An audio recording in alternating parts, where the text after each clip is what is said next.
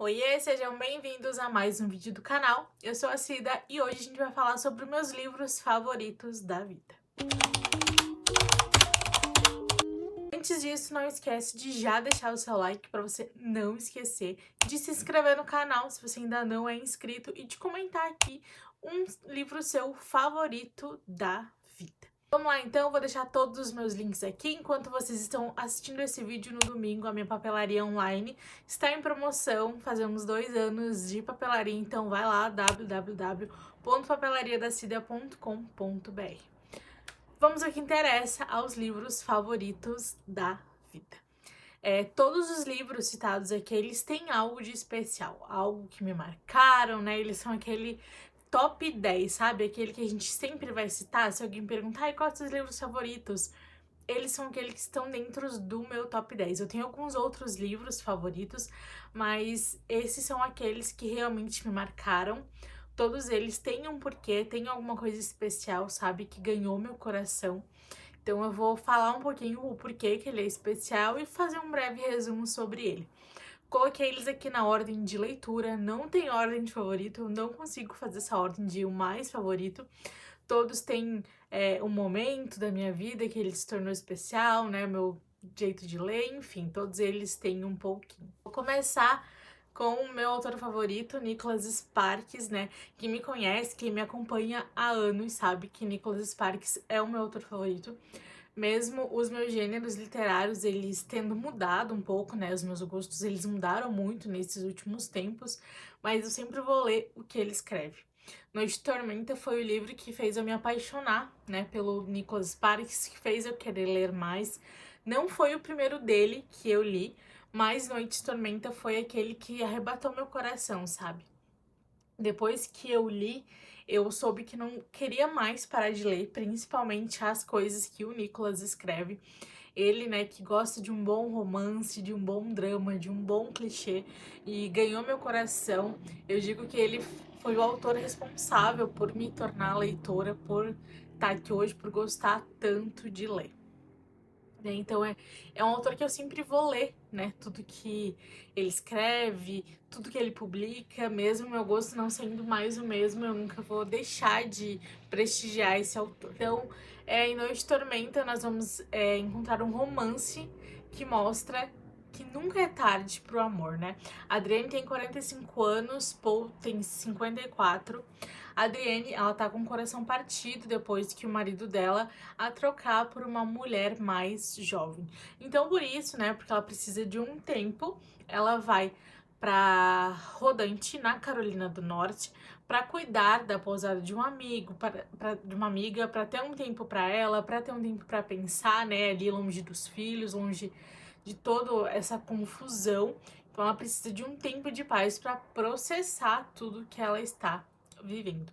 Paul Flanner, né, ele é médico e ele chega à Carolina do Norte para repensar a sua profissão. Algumas coisas ali na Carolina do Norte envolvem, né, a profissão dele. Ele precisa também desse tempo para repensar a sua vida profissional e principalmente o seu relacionamento com o filho. Então os dois, eles precisam de um tempo, né, para repensarem as suas vidas. Durante o final de semana que eles estão hospedados na pousada em Rodante, né? Acontece uma tormenta, né? Uma grande tempestade, um vendaval, e eles se veem sozinhos no meio daquele grande tumulto, daquela grande confusão. Dois corações feridos que se encontram e se confortam no abraço e no amor um do outro.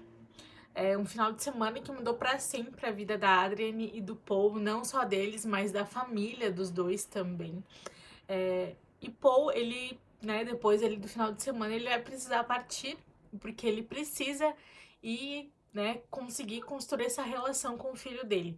A Adrienne é ela a primeira a apoiar essa decisão, ela quer que ele, né, reconstrua essa confiança, essa amizade que ele tem com o filho. Durante o ano que eles ficaram separados, né, eles trocavam cartas, eles trocavam telefonemas, eles nunca deixaram de se separar e a Adrienne sempre teve certeza que Paul voltaria para ela. Esse é um dos meus grandes favoritos do autor. Ele é um filme que muita gente, né, já conhece, um livro que muita gente já conhece, super falado, enfim. Mas se você ainda não leu, se você ainda não conhece, não deixe de conhecer, porque é um dos meus livros favoritos da vida, mas o primeiro que se tornou o favorito. O Refúgio Secreto, escrito pela Corrie ten Boom, traz as experiências dela durante a Segunda Guerra Mundial. Esse livro, ele confrontou muito meu coração. Ele ainda confronta muito quando eu lembro, sabe? Até hoje ele mexe um pouco comigo, faz nos mostrar que a nossa fé muitas vezes, né, é muito pequena perto do que ela ainda pode ser. Então aqui a gente vai encontrar a história da Corrie, e ela era uma relojoeira holandesa, né? Ela herdou a relojoaria do seu pai, que trabalhava com ela ali. Então ela, a irmã e o pai, eles trabalhavam nessa relojoaria de família, o Haarlem. Então ela sobreviveu, né, aos campos de concentração de Hitler, né? Ela e a família se tornaram heróis da resistência. Ela foi uma das maiores evangelistas do século XX. Então, quando a guerra começou, foi inevitável, né, Corrie não se comover e não ajudar os judeus que viviam ali na pequena cidade de Haarlem. Não importava se a família dela corresse perigo, se eles fossem sofrer alguma coisa dos nazistas, não importava. Ela sabia que a sua missão aqui na Terra era ajudar os judeus a se esconderem. Primeiro de tudo, ela montou um centro de comando, um centro de operações dentro da casa dela, onde ela levava comida, onde ela fazia algumas operações para os judeus escaparem, para eles fugirem. Então ela foi muito importante, ela foi uma peça-chave, né, na vida de muitos judeus para que eles escapassem dos nazistas durante a Segunda Guerra. Enquanto isso, a relojoaria seguia funcionando, né, afinal eles eram holandeses, e ela ia comandando do centro de operações ali da casa dela. Chegou algum tempo que foi inevitável que os judeus fossem morar ali na casa de Haarlem, né, da pequena localidade de Haarlem, e eles começaram a morar ali na casa e ela começou a escondê-los. Então ela fez, né, todo um lugar especial para eles. E, assim, é incrível tudo que essa mulher viveu, a força dessa mulher. Aqui a gente traz os relatos dela. Ela é uma sobrevivente da Segunda Guerra Mundial. A Corrie, ela via a provisão e a fidelidade de Deus nesse tempo. Né? Infelizmente, os nazistas, eles descobriram, né? Provavelmente alguém denunciou. E a família de Corrie e os judeus que estavam ali na casa, eles foram enviados para os campos de concentração de Auschwitz. Então ela relata também tudo o que ela viveu dentro dos campos de concentração. É um pouco chocante, né, para quem não tem muito estômago. Ela relata assim tudo que ela passou. Tem uma parte que me marcou muito, que é a parte que ela relata que bichos corriam na cabeça dela dentro do campo de concentração, porque era inumano viver lá dentro, sabe? Era horrível. Ela, assim, viveu os piores dias da vida dela lá dentro do campo de concentração.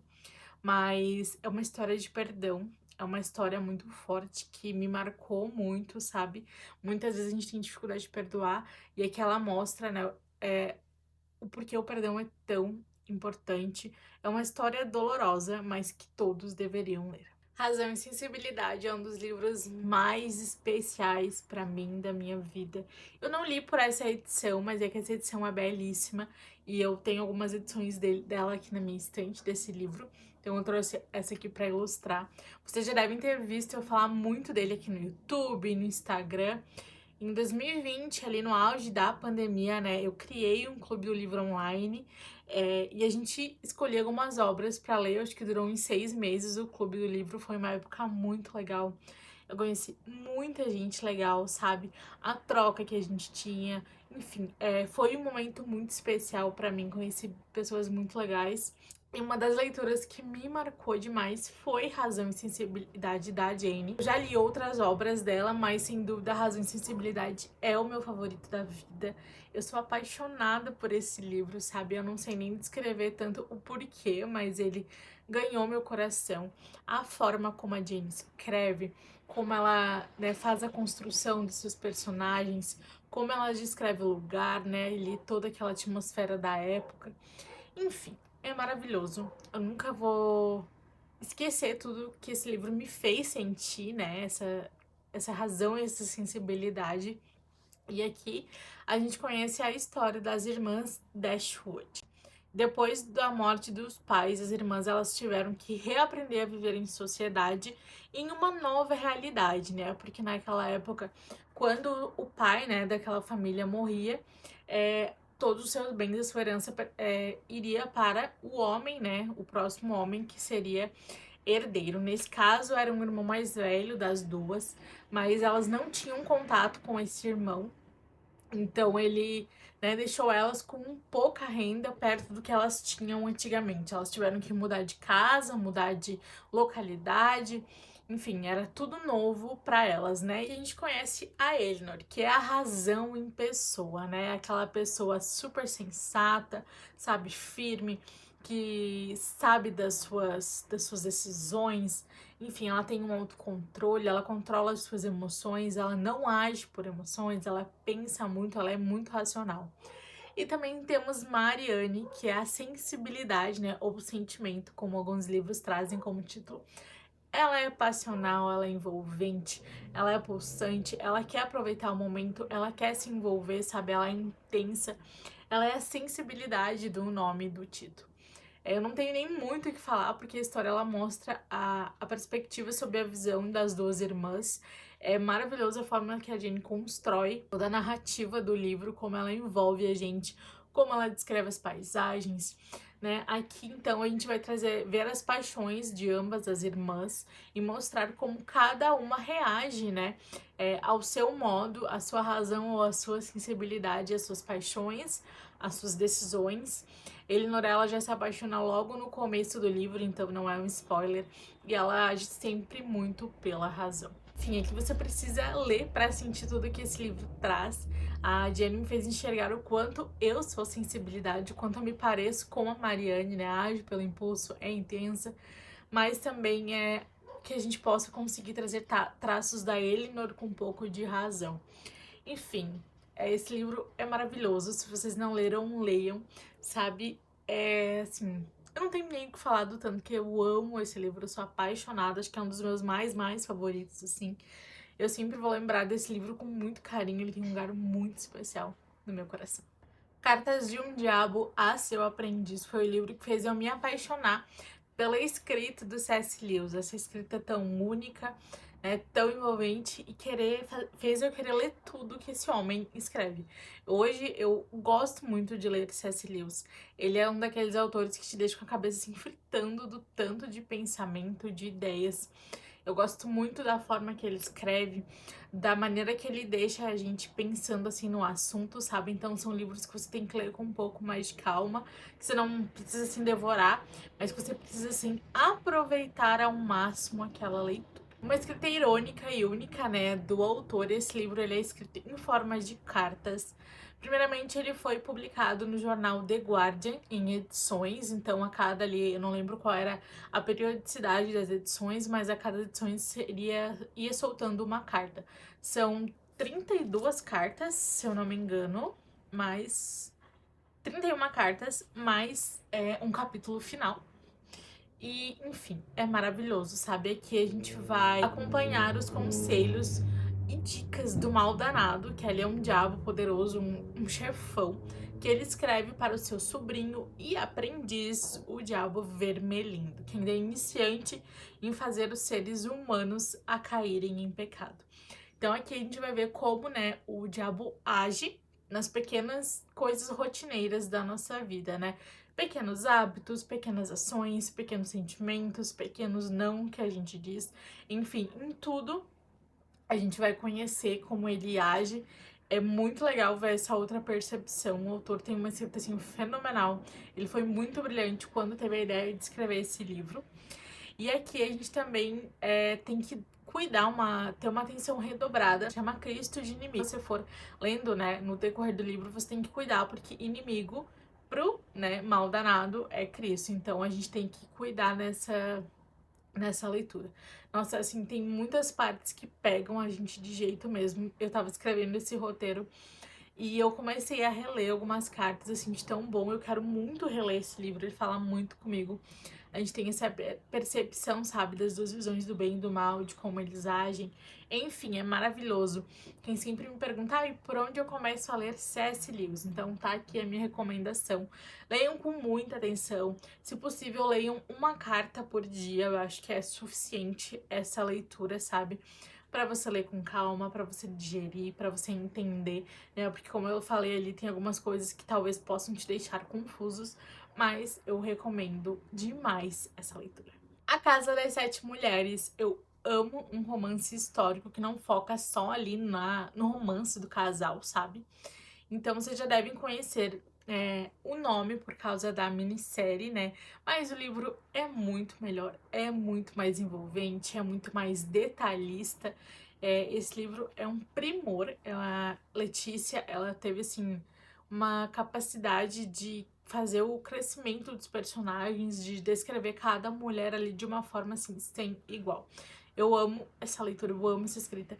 Ele tem mais 2 livros que eu ainda não li, mas eu quero muito ler as continuações. Então, durante a Revolução Farroupilha, que aconteceu de 1835 a 1845, Bento Gonçalves, né, isolou as mulheres de sua família na estância. Ele fez isso para que elas saíssem do foco ali da guerra, da revolução, para que elas não sofressem tanto, para que elas não fossem atingidas. Então, essas 7 mulheres ficaram isoladas numa estância, né, com os filhos, com os pequenos, com as crianças, algumas escravas, algumas empregadas. Vamos conhecer outra face da guerra, né, aquela face que a gente costuma não ver nas histórias, não ver nos livros. É que a narrativa é em terceira pessoa, intercalando com os diários da Manuela, né, diários / cadernos, que é onde ela escrevia tudo que ela passou, tudo que ela viveu nesses 10 anos, a sua paixão por Garibaldi. É muito lindo ver tudo isso.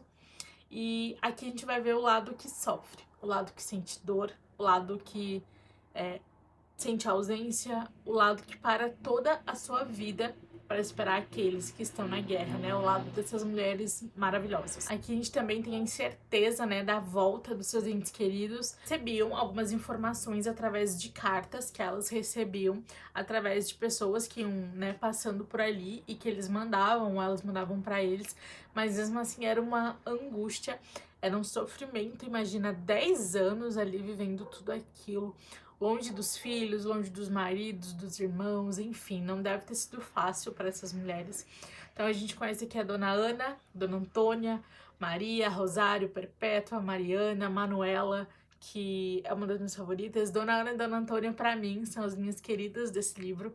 Então, se vocês não conhecem, vocês precisam ler e conhecer essas mulheres fortes, firmes, maravilhosas, que nos ensinam muito. Elas são diferentes entre si, são muito marcantes, cada uma com a sua personalidade, com o seu jeitinho, mas tinha algo em comum, né, entre elas, que era a fé e o amor. O amor, ele era externalizado de diversas formas entre cada uma ali. A revolução, ela trouxe consequências, né, para essas mulheres. Ela trouxe amores, ela trouxe perdas, ela trouxe lutos, loucuras e a luta de cada uma contra a solidão. Então fica aqui a minha recomendação, se você gosta aí de um romance histórico que abrange, né, todo esse período, é maravilhoso. Já falei muito do meu autor queridinho por aqui, mas eu não podia deixar de trazer esse livro, Almas Gêmeas. Ele falou muito comigo, assim, na época que li. Eu tive aquele sentimento de reviver o Nicholas Sparks lá de quando eu comecei a ler, sabe? Lá de 2011. Foi incrível fazer essa leitura. Eu precisava, assim, de algo quentinho no coração, sabe? Quando a gente precisa de algo pra deixar a gente feliz, daquele bom e velho clichê. Aqui temos Almas Gêmeas, do Nicholas Sparks. Eu gosto muito dessa história. Demais, assim, não sei nem porquê, mas não tem algo específico. Mas ela ganhou meu coração e ela vem ganhando o meu coração. Então aqui a gente vai conhecer a Hope, que não está numa das melhores fases da sua vida. Ela tá num relacionamento ali há bastante tempo e aí esse relacionamento está em crise. E por causa disso ela decide tirar um tempo para ela, um tempo aí para descansar. E ela vai para a casa de praia da família na Carolina do Norte. True, ele mora na África.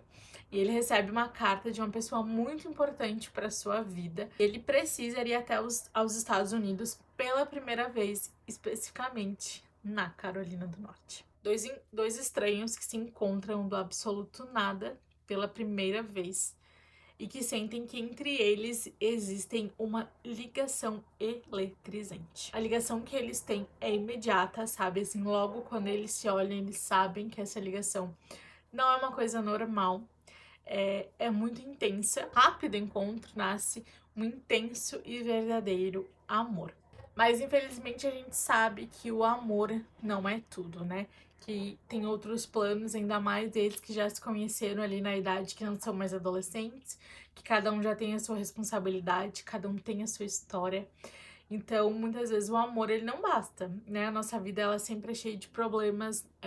Aqui a vida do True e da Hope eles já tinham, né, um caminho, eles já tinham outras pessoas na vida deles e eles já tinham alguns sonhos e eles percebem que às vezes vale a pena mais lutar por um sonho do que aquele amor, né, tão intenso, mas às vezes tão incerto. Hope ela decide que a sua família e os seus sonhos eles são mais importantes que viver aquele amor e mesmo que essa escolha doa muito, ela decide não ficar com o True e viver o que ela tinha antes, né, ali de conhecer ele, os sonhos dela e tudo que ela já queria viver. O Tempo e o Vento, eu já falei dele na tag 50%. Se você não viu, é o último vídeo aqui do canal. Eu não vou falar muito sobre ele, mas esse livro ganhou meu coração esse ano, então não tinha como ele não estar aqui. O Érico Veríssimo tem uma escrita maravilhosa, né? Eu já panfletei ele demais no vídeo passado, vai lá ver. Mas aqui a gente intercala presente e passado. Aqui nós vamos conhecer a história da família Terra. Veio de São Paulo para tentar ganhar vida no Rio Grande do Sul. Com plantações, compraram terras, mas eles sofreram muito nesse período.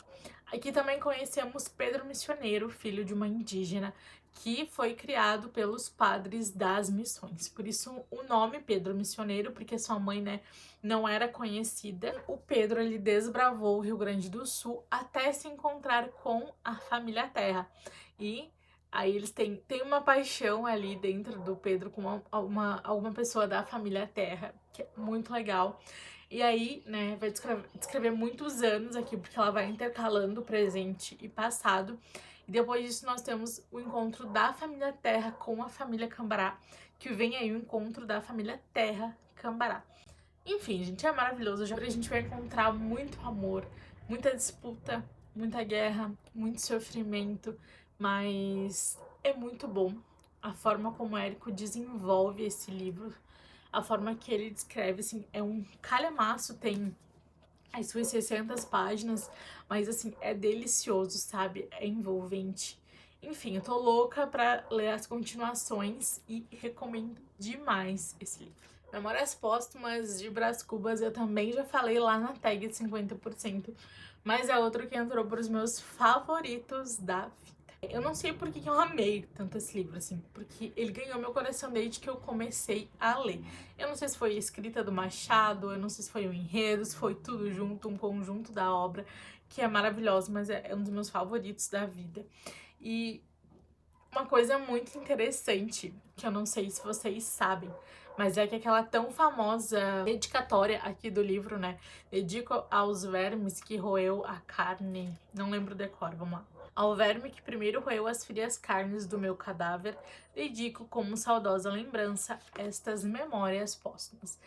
O Machado, ele dedicou, né, esse livro ao Eça de Queiroz, eu não sei se vocês sabem, mas o Machado, ele acabou se casando com Carolina, que era amada de Eça de Queiroz, e por isso ele escreveu essa dedicatória.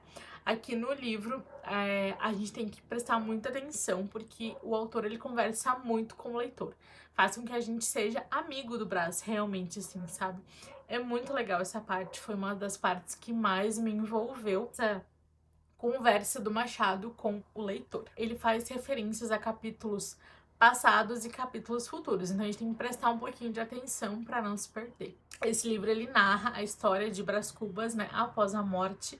Ele traz os momentos da sua infância, da sua vida, né? Ele faz também uma crítica social. Ele mostra tudo, né, o que ele viveu, o que ele percorreu, as coisas que ele não queria fazer. Ele era um homem rico, né? Era um homem de posses, então ele não queria estudar, enfim. É muito bom, eu amo, e eu acho que o que mais me fez apaixonar pelo livro foi o amor do Brás pela Virgília, sabe? Foi isso que conquistou meu coração e fez eu amar tanto essa história. Enfim, eu nem tenho muitas palavras pra dizer, mas eu sou apaixonada nessa obra. Foi o meu último favoritado. Esses são os meus 8 livros, meu top 8, assim, da vida, que eu nunca vou deixar de indicar. Me conta aqui nos comentários se você já leu algum deles, ou se você não conhecia, se você ficou interessado. Não esquece de me falar um dos seus favoritos, eu amo essa interação aqui. Lembrando que todos os links dos livros vão estar aqui na caixa de descrição, e comprando com esse link você ajuda muito no crescimento do canal. Obrigada por assistir até aqui, um beijo e até o próximo vídeo.